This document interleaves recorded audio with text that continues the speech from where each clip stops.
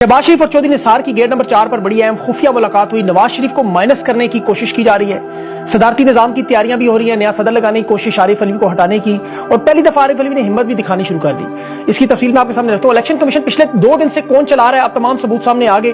पाकिस्तान की तारीख का सबसे बड़ा बहरान अदलिया और एस्टेब्लिशमेंट की लड़ाई की सूरत में आने वाला है। जजेस इमरान खान के हक में है, लेकिन कुछ मुखालफत भी है। कागजात मुस्तरद करने के बाद अब अगला मरहला तहरीक इंसाफ के 85% कागजात मंजूर होने वाले हैं। अब तक जो मंजूर हुए वो कौन लोग हैं, और इलेक्शन कमीशन के जो नए नए रिकॉर्ड लगे वो भी मैं आपको बताता हूं। खैबर पख्तूनख्वा में इमरान खान की ताकत को कम करने के लिए अवाम इन मंसूबों को किस तरह नाकाम करेगी, जो प्लान बने से कैसे आपका नाकाम करे, तफसील से मैं आपके सामने बात रखता हूं। सबसे बड़ा मसला इस वक्त एस्टेब्लिशमेंट को जो नजर आया और पैगाम मिला वो मुस्तरद किए गए कागजात, कानूनी एतबार से इंतहाई कमजोर मामला।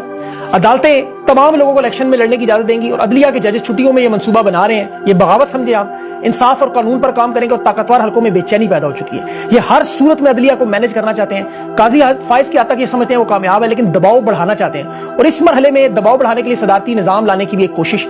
लेकिन इससे पहले फैसला होगा कि एस्टेब्लिशमेंट और अदलिया की लड़ाई जीतता कौन है। उसके बाद ये लोग आरिफ अलवी को रास्ते से हटा के जबरदस्ती इस्तीफा लेने की कोशिश करेंगे। अगर कोई हल ना बचा तो फिर ये आखिरी हल होगा।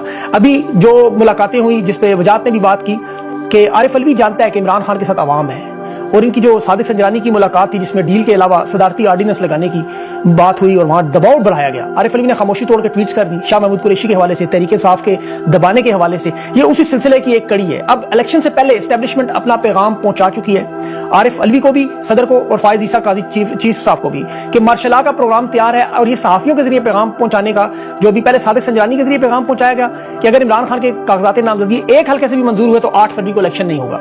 दूसरा पैगाम सुहेल वड़ाइच के जरिए उन्होंने पैगाम भिजवाया, और ये बराह रास्त काजी फाइज को था। उन्होंने एक फर्जी कॉलम लिखा जिसमें पहले अबसार आलम और जावेद चौधरी के बयान थे। अब उसके बाद अगर आप इसका कॉलम पढ़े तो पैगाम आपको समझ आता है। काजी फाइज को इसने मुखातिब करते हुए कहा कि एस्टेब्लिशमेंट को लगता है कि सियासत के खिलाफ फैसलों से हालात खराब हो रहे हैं। काजी साहब जो है एस्टेब्लिशमेंट के इस पैगाम को समझ लें कि शराफत हमारी कमजोरी है, हालात ऐसे पैदा ना करें कि हमें वो करना पड़े जो हम करना नहीं चाहते। मतलब मार्शल लॉ की तरफ हमें धक्का ना दे, जो हम कह रहे हैं वो कर जाए, खान को माइनस करें। लेकिन ऐसा होगा नहीं। बहुत बड़ा बहरान इलेक्शन से पहले शुरू होगा। और अगर आप जायजा लें इस वक्त तहरीक इंसाफ के जो अरकान हैं जिनके कागजात नामजदगी मुस्तरद होने की, इसको आप देखें, इस पर जो एतराजात लगे तो बड़े मामूली एतराजात है। तमाम कानूनी माहिरीन इस बात पर मुत्तफिक हैं कि ये एतराजात पहली अपील में ही खत्म हो जाएंगे, और ये इनके लिए सबसे बड़ा मसला है, क्योंकि 3 जनवरी तक अपील ट्रिब्यूनल के पास जा रही है। और जो रिटर्निंग अफसरान है, ये याद रखें, ब्यूरोक्रेसी से आए, ये कागजात मुस्तरद कर रहे हैं और मामलात जाएंगे अदलिया के पास, और वहां से ये तमाम मंजूर होंगे। अदलिया वाज़े तौर पर, आपको पता इन्हें लगता है कि नवाज शरीफ की हिमायत में काजी फाइज, और क्योंकि हदैबिया का केस लगा, फिर उनके माजी के फैसले देखें, फिर जिस तरह नवाज शरीफ को तमाम गुनाहों से पाक साफ किया गया। अब 2 जनवरी को नायली का केस लगने जा रहा है। अब यहाँ पे जो बाकी जजेस जो है हाई कोर्ट के और चंद और जजेस को छोड़ के बाकी सारे इस वारदात में शामिल होने से इनकार कर रहे हैं। और ये ज़हन में रखें कि 2 जनवरी नवाज शरीफ की जो नायली का फैसला है, हालांकि कागजात उसके पहले मंजूर हो चुके हैं। अब तहरीक इंसाफ के मुस्तरद कागजात अगर बहाल हुए तो फिर वाज़े तौर पर एस्टेब्लिशमेंट और अदलिया की जंग बड़े मरहले में नजर आएगी और इलेक्शन मनसूख हो सकते हैं। अब तक देखें जो 90% तहरीक इंसाफ के जो लीडरशिप के कागजात मुस्तरद हुए उसमें इमरान खान के अलावा शाह महमूद कुरैशी नायब चेयरमैन है, उसके अलावा सदर हैं जो परवेज इलाही के बेटे और बेटी के कागजात हैं, एहलिया के कागजात हैं परवेज इलाही के, इस तरह एयाज अमीर हैं, जमशेद इकबाल चीमा है, मुसरत चीमा है, डॉक्टर यास्मीन राशिद हैं, हमाद अजहर है, उमर डार की वालदा है, फवाद चौधरी उसकी बीवी, हिबा चौधरी के भी एजाज चौधरी हैं, इसके अलावा शेख रशीद है, उसके भतीजे राशिद शफीक के हैं, डॉक्टर फहमीदा मिर्जा, जुल्फकार मिर्जा, आरिफ अलवी के बेटे के भी इन्होंने मुस्तरद कर दिए, फिरदौस शमीम नकवी के, और केपी में मुराद सईद, अली मोहम्मद खान, आजम स्वाति और आतिफ खान, डॉक्टर अमजद, गुल जफर खान, शेराम तरकेई, शाहिद खट्टर झगड़ा और शेर मरवत के भी पेशावर से उन्होंने मुस्तरद कर दिए। सरदार अख्तर मेंगल के उन्होंने मुस्तरद किए, लेकिन शायद उनके नून लीग के साथ मामला सेट हो जाए।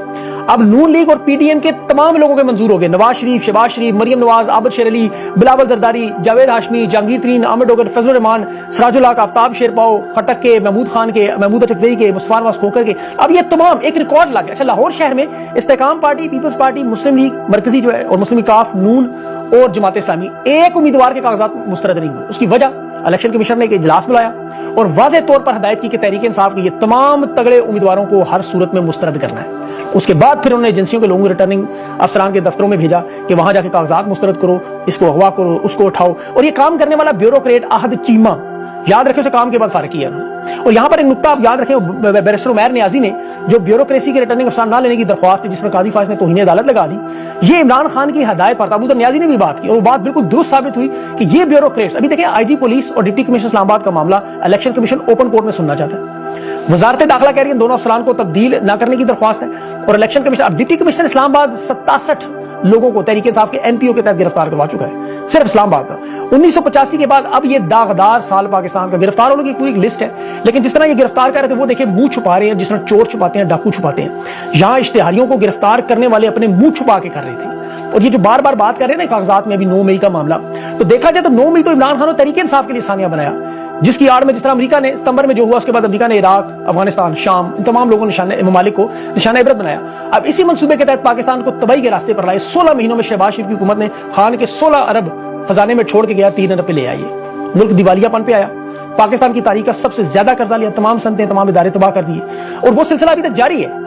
یہی واردات انہوں نے 1971 میں کی، اس کے بعد بنگالیوں کو غدار کرا دی تھی، پھر 1974 میں بلوچستان میں کی، بلوچیوں کو غدار کرا دیا، پھر 1992 میں کراچی میں کی، MQ کو غدار کرا دیا، پھر 2010 میں خیبر پختونخوا میں کی، وہاں پختون کو غدار کرا دیا، اب 2023 میں پنجاب رہ گیا تھا، اسے بھی غدار کرا دی تھی۔ اور مزے کی بات ہے 1971 سے 2023 تک غداری کا سرٹیفکیٹ دینے والے یہ تمام ریٹائرڈ ہو کے دبئی، امریکہ، کینیڈا میں 181 لوگوں کی پوری لسٹ موجود ہے۔